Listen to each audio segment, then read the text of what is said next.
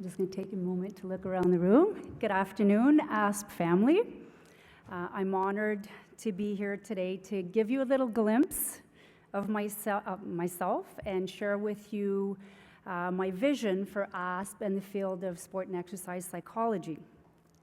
Many of you don't know me yet, so I will self-disclose some information that has led me to be who I am today.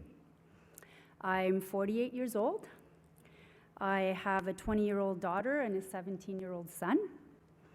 I'm an only child, and I've lost both my parents to cancer.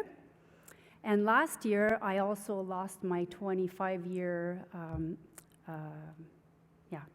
my husband of 25 years to cancer as well. And I almost lost my daughter when she was 13 due to a mental illness, but thankfully she's alive and well today, and I had the pleasure to just FaceTime her before this talk. I share this so that you know that you've elected a president who has experienced adversity, and despite this, still loves to live life to the fullest. I'm Canadian, I'm French, bonjour. And as many of you know, I like to work hard, but I also like to have fun and play hard. And that's probably a little bit of influence from John Salmela, who was my mentor.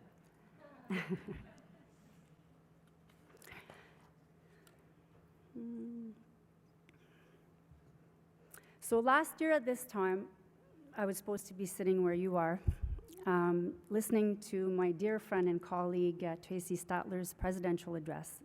And conference being in Toronto, I was really looking forward to being there.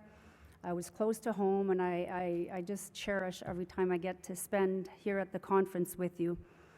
But little did I know that I'd have to miss the conference, and I would be by my husband's side fulfilling his wish to pass away at home, which he did a week later after the conference, at 51 years of age, just shy of 6 months after being diagnosed with cancer. And I share this because my journey's been ingrained, has ingrained in me the importance of resilience. We hear this all the time, how important it is, but I truly feel that I get it now. And the finite time we have to truly make a difference on this earth, and the role of values and communication when dealing with loss. Take a little drink here.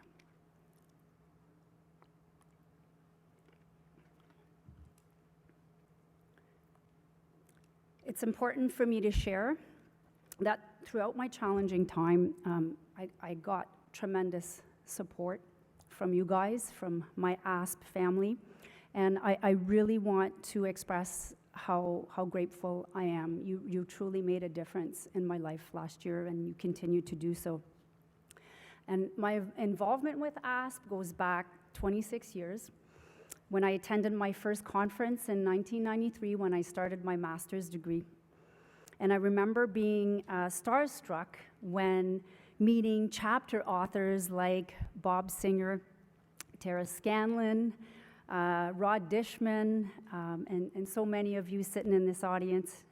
And I was inspired at the time by Gene Williams, who was president, and that's when the idea of someday possibly being AASP president was forged for me. And like I've said, AASP has always been a large extended family. Being an only child, this is really important. And I really feel like everyone has a place here. And we have different views, different needs and interests, but AASP has come a long way over the years and has something to offer to everyone. So I invite you to think about one thing that you want to get out of this conference this week, and to act now to make sure that you fulfill it.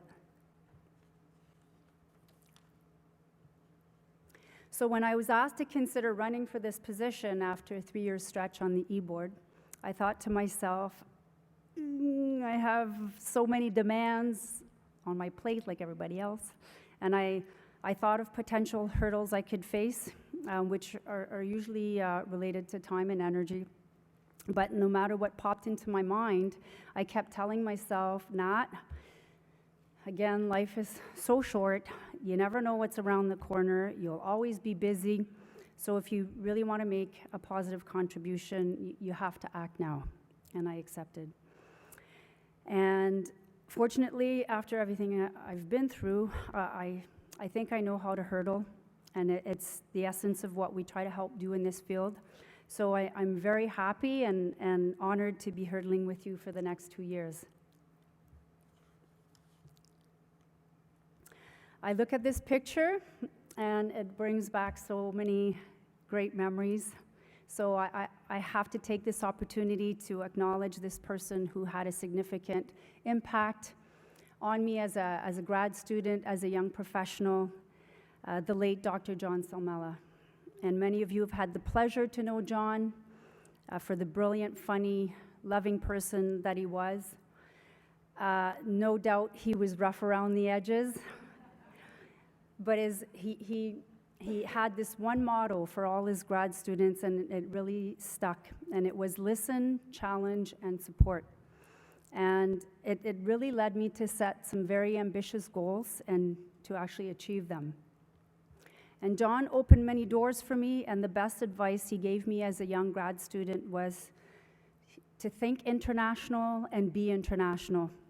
And he encouraged me to invest in my career right from the start by sitting on international committees. And this is what led me to serve on the AASP Managing Council for several years, and also to play different roles within this awesome organization.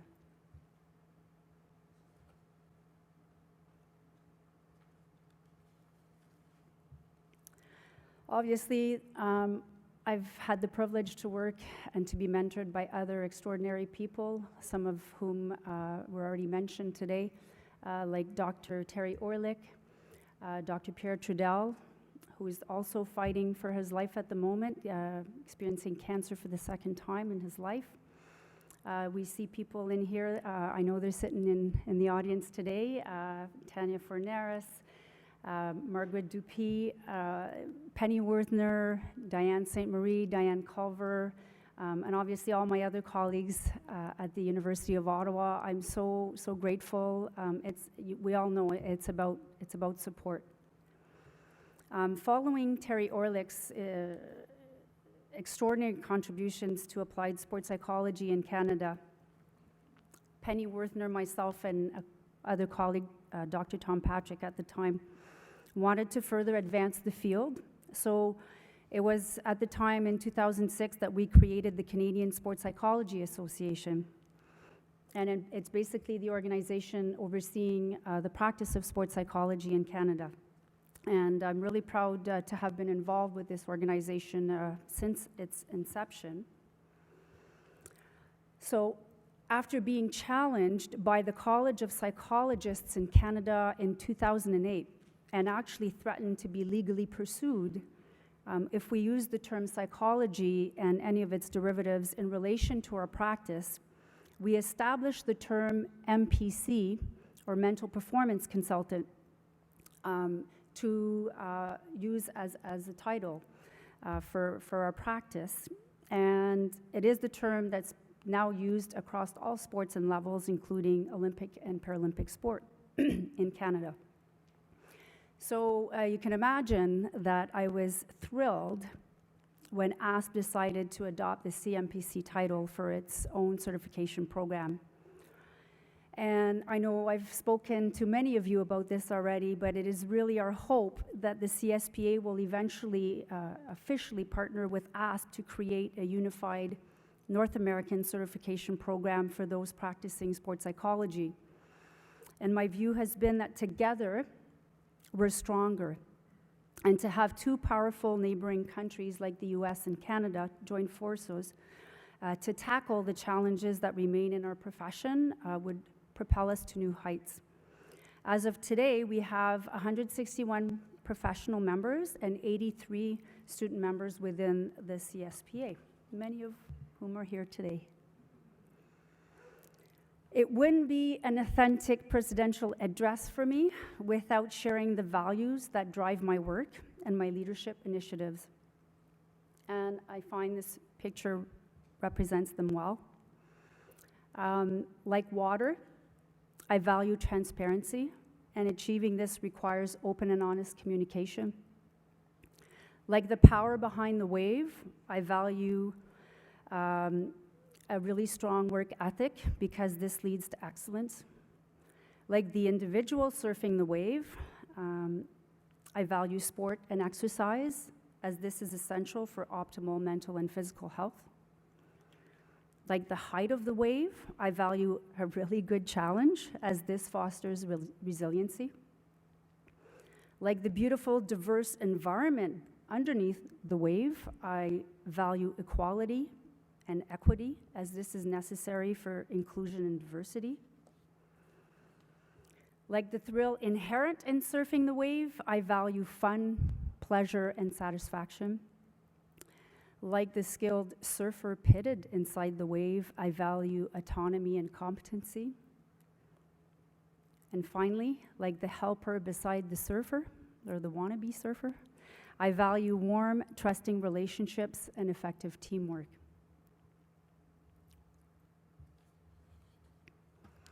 So now I'd like to share with you my overall vision for my role as AASP president.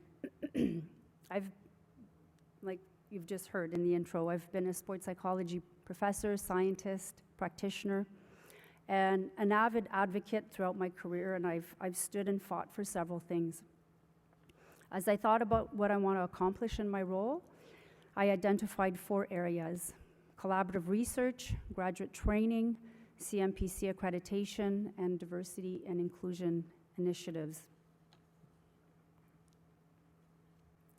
If we look at AASP's mission statement, we see that we're an organization focused on human performance, holistic well-being, and social functioning through a variety of ways like education, research and practice, certification, and service to the profession of sports psychology.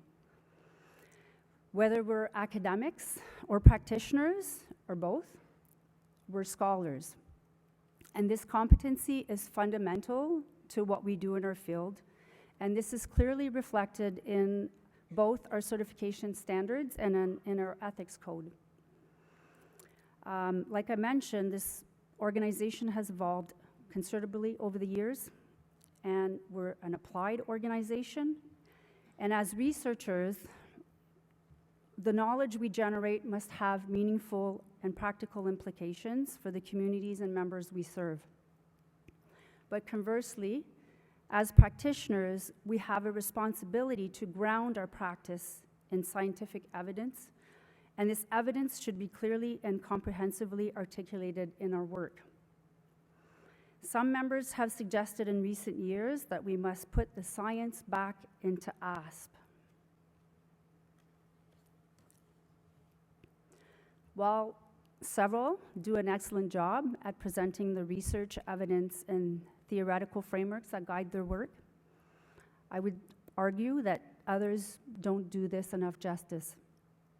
I think we're doing a disservice to our field, profession, and those whom we are mentoring and supervising if we don't take better care of this. As an example, I'm going to just throw that out there. Inserting a few references in your abstract, just to get your presentation accepted, or conveniently slipping in a framework into your slides the night before you present to make it look like your work is based on scientific evidence is not particularly sound scholarship nor practice. So I would say that together, we must ensure that the quality and rigor of our work are reflected in all of our endeavors, including our presentations at this conference.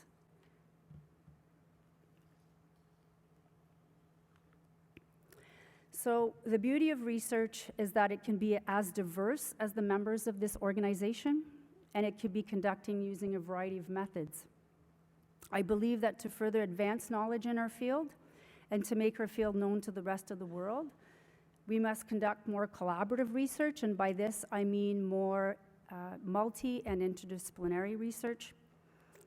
In a recent chapter published in the Handbook of Sports Psychology, I had the pleasure to summarize the landscape of sports psychology in Canada and highlights some of the significant contributions that Canadians have made to the international field of sports psychology. And also based on this, which is also reflected in the landscape of research overall, I made some forecasts for the future. And I'm happy to share some of my views here. And I think the field would benefit more from research on disability sport, mental health, concussions, it's a very hot topic, safe sport, culture, coaching, minorities, and the use of technology, just to name a few areas. I also think we need more participatory action research, narrative inquiry, intervention research. We're good at that, but we can do some more. And it's interesting when you review the research in our field, I don't think there's enough randomized controlled trials. And I also think we have to be able to keep up with the rapidly evolving field of statistics. So during my term, I look forward to working with the various committees of AASP to develop and promote contemporary and collaborative research to practice, but also practice to research initiatives to continue advancing our field. I have to mention, just having been the Publications and Information Division head, I really invite everyone to consult our 3 journals, JASP, JSPA, and CSEP. I invite you guys to like these journals on social media, to retweet, and please look out for our new student-focused journal, Jasper. It'll be such an incredible medium for all scholarship, but also for our students to publish. Finally, I would also say that having seen the multiple newsletters that we've published, there's a lot of good information in there, so I invite you to read again and share and even contribute. So submit your ideas and even write some short articles for the newsletter. Graduate training. So this is another area I'd like to focus on. Interesting statistic. Did you know that we have 1,093 student members in our organization right now? This is 43% of our membership. It's really incredible, and it is definitely a plus. It's encouraging for our field. But as some of you have already alluded to, our field is changing, professionalization is changing, the demands and needs are changing, so I would say that so must the training of our grad students. And we have amazing programs on this planet. We have an array of profs with whom students can work and be, do mentoring, supervision, to learn and develop the knowledge and competencies to succeed in our field. But I think I'm really happy to see the excellent work that our graduate program committee is doing. We're coming up with some more common standards and competencies that will really help improve the training programs available. And I think the job task analysis that was performed and the resulting knowledge areas and domains have really been an instrumental guide for us. But we have to acknowledge that these are relevant, particularly for programs geared toward training grad students to become CMPCs. So for students who want to specialize in other sport and exercise psychology domains like policy, promotion, research, public health, we just have to start doing more work to kind of try to unify those competencies and provide training opportunities for those areas. So I look forward to supporting the graduate program committee in their exceptional work, and I really look forward to the results of this stealth study that was just initiated, and that'll be performed by 6 grad programs this year. We're going to learn a lot from that, and then we'll be able to use that information and share that with other grad programs. Our keynote this morning talked about advocacy. I think it's always been important for me as well. I'm sure you've noticed this, but I find it particularly worrisome, the increasing number of individuals doing mental performance work, mental performance consulting, who don't have any undergrad and grad training and no supervised experience. And I wrote about this in a recent CSPA newsletter, and I'm sure maybe it's your experience as well, but the number of emails I get notifying me of individuals, and interestingly enough, some are retired athletes who are falsely claiming to be expert mental coaches, mental health specialists, and we have to do something about this. It's hurting our profession, and it's putting our clients at risk. Just because somebody has experience in a domain, it doesn't mean that this person is an expert and has the competencies to practice. So I'm going to throw that out to you guys, to everyone, but students, you're investing time, money, effort into your studies to become specialists in this field. You have a voice. There's many of you. There's over 1,000 of you. Help us decrease the number of charlatans. Stand and speak up when you notice that someone is misrepresenting him or herself, and advocate for the profession. I have to say, I was really proud of my PhD student sitting right in front here. He was recently asked to meet with a retired athlete, an elite retired athlete, who was interested in picking his brain on how to start a sports psychology or consulting session, yet he already had his website set up and was claiming to be a sports psychology expert. So in a very professional manner, my PhD student told him that he should do like everybody else and get an undergrad and grad degree and develop the competencies required to practice. So good on you, Jonathan.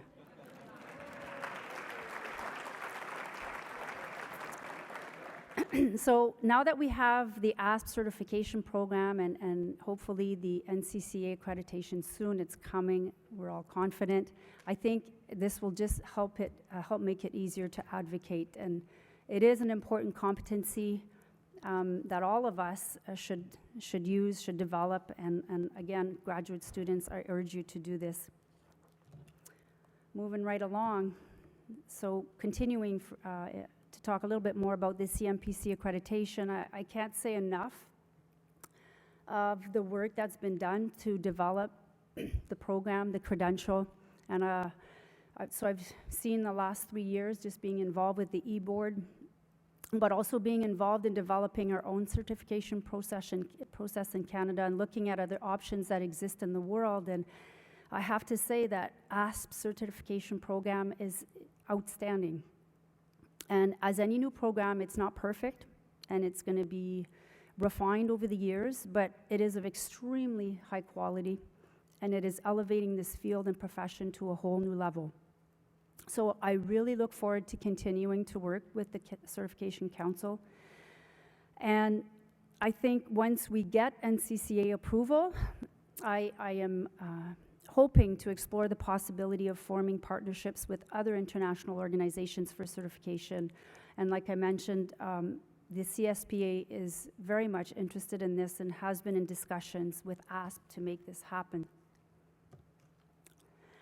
In relation to certification, you've seen in the last couple of days that there's a guide coming out to help people prepare for the national exam, but I think this is going to be an excellent resource for graduate programs.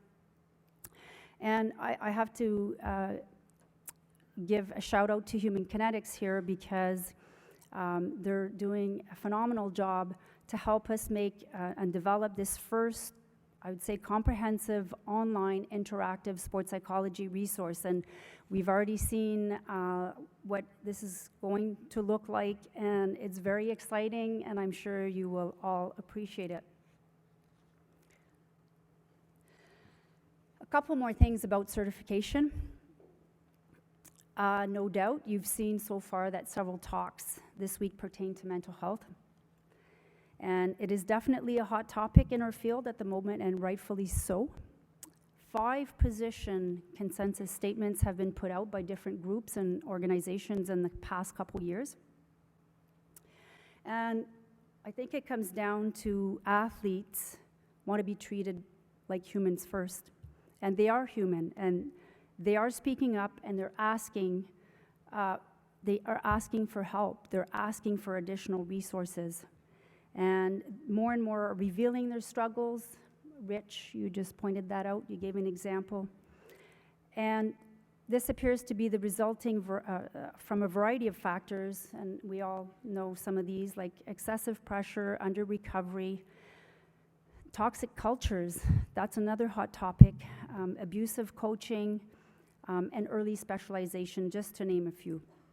So I think as a field, we have to do a better job to support the mental health of athletes and coaches. And we can't just be about performance. And I would say this is clearly reflected in the mission of AASP and in our ethics code. When I look at the job task analysis, I see some information, but it is still, I would say, minimal to prepare CMPCs to deal with mental health challenges. I was really happy to see the addition of the new required course that pertains to psychopathology, but honestly, having been involved as a practitioner and been involved in research in this area, I think that CMPCs need more. I don't want to create more work for the Certification Council, but I know we're going to be revising the job task analysis, and we're going to be revising certification criteria as we move forward. So I hope that we can explore and look at how we can expand how to address this very important component. But if you just consider the definition of mental health, I don't think this is a stretch, because we already do some of this as CMPCs. When you look at the definition of mental health, which is emotional, social, and psychological well-being, like, we're already helping clients realize their potential, their goals. We're helping them to be productive. We're helping them cope with daily stressors in their life. We're helping them make meaningful contributions to their community. So I just think it's a no-brainer that mental health be integrated into what we already do. But where it becomes tricky is when function becomes significant dysfunction and impairment. And this is where we have to be good at identifying when this is happening, and also working with other professionals if this is out of the scope of our practice, because we have to respect our professional boundaries. And I know that just being involved in some of the panels, even here this week, we have to do a lot of work in the area of prevention to optimize mental health, to minimize impairment. But the reality is, we look at the stats, like 20% of us is going to experience a pretty significant mental health challenge, like in any given year. And if we translate that to sport, it means 4 athletes on a team of 20 are going to struggle. And so we cannot turn a blind eye to this, and we must put in place sport-focused, sport-relevant mental health care for our athletes and coaches who are struggling. So I just want to take a few minutes to give you an example, and I'm going to talk more about this tomorrow in a panel. But I'm so proud of this center that we recently created with the help of a huge team of stakeholders, board of directors, practitioners, and some of you are here today. And we've put in a lot of work, a lot of thought into developing an integrated collaborative model to provide sport-centered mental health care to our competitive and high-performance athletes and coaches in Canada. And as you can see at the center of the model, our mental health care team includes not only CMPCs, but psychologists, counselors, psychotherapists, psychiatrists, and a care coordinator. And we're interfacing with the broader team as necessary with the consent of clients.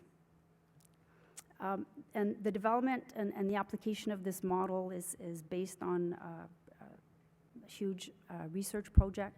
And so far, the data we've collected suggests that this type of care is not only feasible, but it's also ideal, given that athletes are at arm's length of other team members, and it's increasing help seeking and compliance, and it's allowing us to keep the environment safe and confidential, and athletes have reported that this is extremely important, especially at the Olympic and Paralympic level. The final area of focus during my term as president will be diversity and inclusion. We've recently created a diversity and inclusion council, which will serve as an advisory board to AASP on issues of diversity, inclusion, and social justice, and I would say it's about time. As an association, we have to make sure that everyone within our organization and also those we serve outside have equal opportunities. And this spans a range of topics and initiatives like leadership, supervision, mentoring, jobs, access to services in the community, support if one's experiencing social injustice and maltreatment, just to name a few things. So the D&I Council will be instrumental in developing a diversity and inclusion strategy and creating relationships with external partners, and I will do everything I can to support this and to make sure that AASP is an inclusive and diverse organization. So I really want to thank the leaders who have stepped up to make this happen. And I know that our student body is also involved. And again, I encourage all of you to contribute to this important initiative. So in closing, I am an inclusive type of person. And I'd like to say that I really look forward to working with the leadership, including the several committees and subcommittees that are in place. I'm looking forward to working with those who led before, like our past presidents and our fellows, and also all you brilliant members who contribute to the success of this organization. And I want to say, I'm not perfect. I'm likely going to make mistakes along the way. But given my values, I'll be the first to acknowledge this. And being Canadian, I'll also apologize for it. So together, I know we can and will continue to make AASP the leading applied sports psychology organization in the world. You have a voice and you can make a meaningful contribution, and think about how you'll do this starting this week at this conference. And again, I'd like to reiterate, life is really short and we don't know what's around the corner, so I would invite you to just act now. Thanks.